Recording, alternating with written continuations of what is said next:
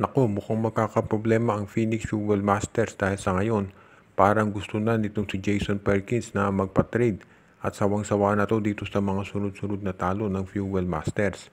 Alam natin na si Jason Perkins ay isa sa pinakamahusay na players ngayon dito sa PBA. Pero sabi nung iba, nasasayang yung kanyang talent dito sa Phoenix dahil hindi man lang nakakaabot dito sa semifinals ang nasabing koponan sa mahabang panahon.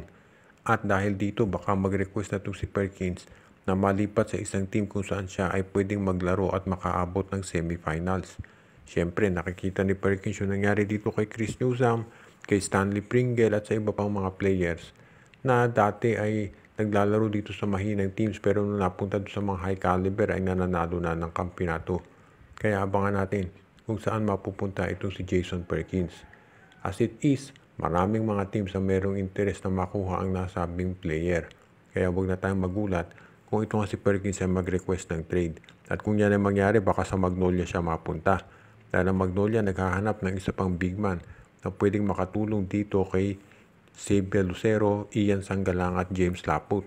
At para naka-jackpot sila kung makukuha nila itong si Jason Perkins dahil alam natin isa to sa pinakamahusay na players ngayon dito sa kanyang posisyon.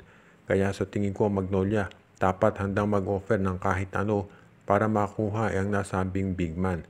Kapag nakuha nila si Perkins, baka ito na maging susi para sa kanilang panalo talaga at magagawa na nila ng paraan na masiguro na sila talaga ay magiging isa na doon sa mga elite teams dito sa PBA at hindi na sila pang intro boys lamang. Kaya sa ngayon, alam natin ang Converge Fiber Exercise ay isa rin doon sa mga teams na interesado na makuha ang nasabing big man. Kaya tignan natin kung saan team at kung ano ang mangyayari, kung sino makakahuna dito sa pagkuha kay Jason Perkins. Parang hindi matapos-tapos ang problema ng Blackwater Bossing dahil pinalitan nga nila to si Ricky Ledo pero hindi naman kaagad nakarating itong kanilang import na si Cameron Clark na sana gustong kunin dahil nagkaroon ito ng tinatawag na family emergency. So kinuha nila itong si George King. Ang nangyari nga tuloy, itong si Coach Carriazo napilitang mag-All Filipino versus San Miguel and that's expected. Nanalo Birme, naka-50 itong si Jordan Adams. So ito ngayon ang pinoproblema nitong si Coach Carriazo. Maganda naman ang nilalaro ng mga locals ng Blackwater. Si Cedric Bearfield, si Troy Rosario, Christian David, Ray Suerte, si Bradwin Ginto, at yung iba pa. Pero ang problema syempre kapag wala kang import, yan ang magiging issue. At ang isa pang mas malaking problema ng Blackwater, kahit gaano kaganda nilalaro ng mga players nila, kung ito naman ay ite-trade o kaya iaalis, wala rin mangyayari sa kanila. Walang pinagkaiba dito sa Terra Firma Jeep.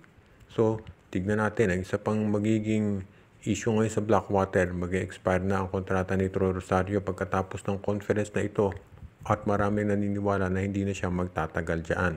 Dahil mas pipiliin ni Troy Rosario syempre, hindi lang yung maganda offer kung hindi yung magkaroon ng tsansa na manalo ng kampyonato. At parang yan ang inaabangan ngayon kung saan mapupunta ang nasabing stretch 4. Hindi na bata si Troy pero ang ganda ng kanyang nilalaro at yan ang dahilan kung ba't marami ang naniniwala na itong si Rosario ay magkakaroon pa rin ng isang high value kapag siya ay napunta na dito sa free agency market. Sa panig naman ng mga players na may kontrata pa, itong si Christian David, minamataan din daw yan ng TNT Tropang Giga. Dan gusto nilang magkaroon ng isa pang big man in case nga na matrade itong si Poy Eram o kaya si Brandon Ganuelas Roser. At itong si Ray Suerte, syempre, gusto rin niyang kunin ng ibang teams.